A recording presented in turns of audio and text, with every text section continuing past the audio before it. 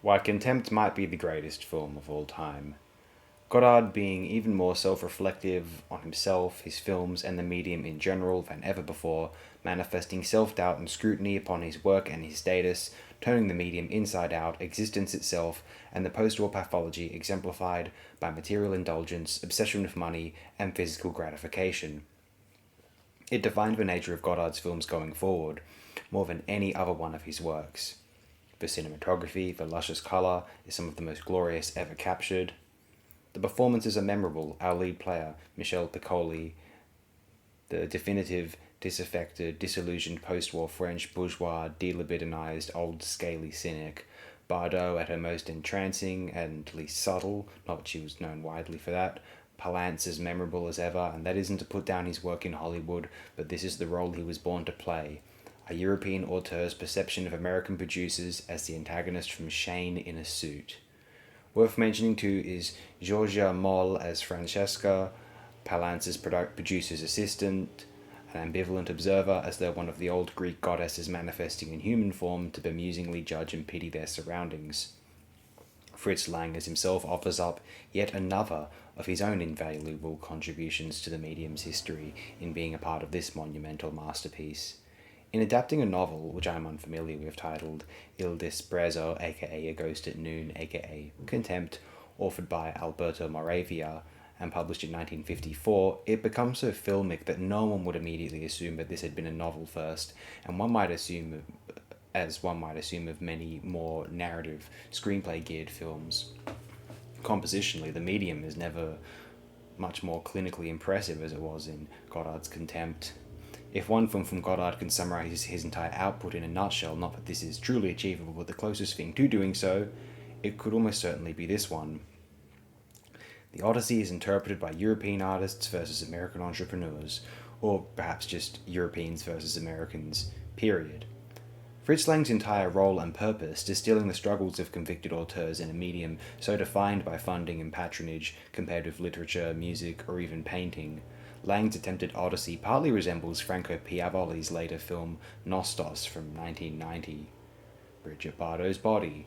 The most catching use of symmetry and framing in the medium's history, a partially lost art in the age of excessive carts and swirling handheld, more maneuverable cameras, and aspirations of docu-realist immersion.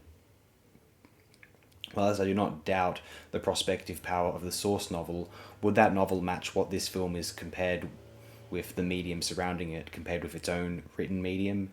Either Contempt was released amongst an art form which was mostly barren creatively around it, or just not permitted to be funded if it wasn't some Hollywood-esque formula, or, more provocative acclaim, the cinematic equivalent of a strong novel. This strong novel proved that cinema was more powerful than literature, the feature film surpassing the artistic prowess, impact, and relevance of the novel in general. I don't know if another film better encapsulated and predicted the stagnation of the Western European pathology following the Second World War. I once heard of a comparison some writer made to modern Europe and another Greek myth, Icarus. It flew too close to the sun, it tried every prospective societal way forward, monarchy, religious domination, radical politics, free market capitalism. Now it's fallen wings, singed to nothing, crashed down back to the earth, in the dirt, in the primal urges, among the struggle for survival or short-term gratification, just another body of humans, no longer the, ascendant, ambitious, towering heights of old.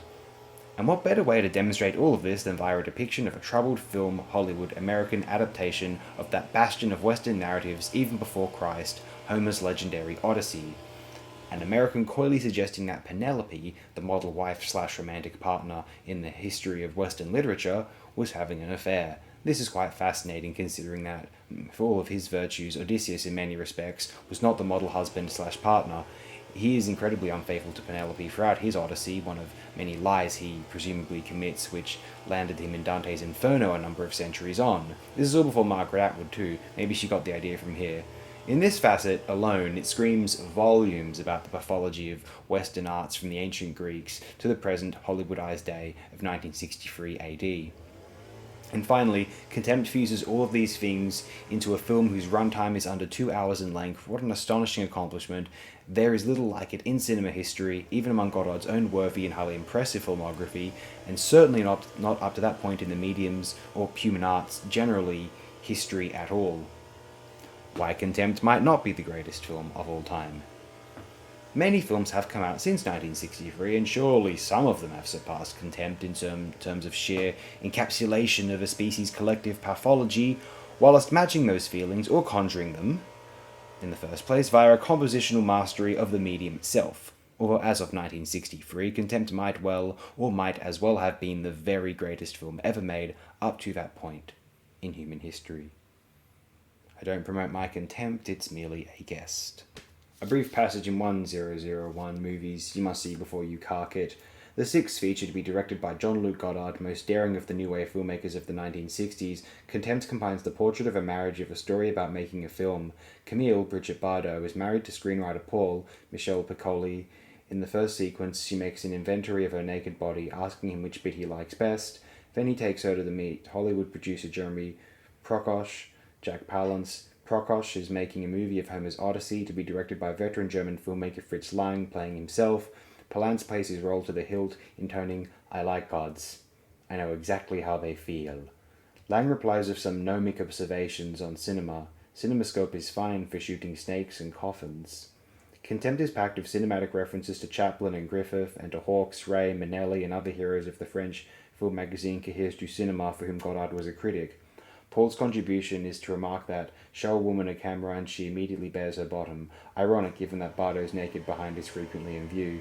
And Contempt, it's what Camille has come to feel for her husband, whom she accuses of trying to pimp her to Prokosch and of selling out his principles for money. A clever, elegant film with a shocking ending.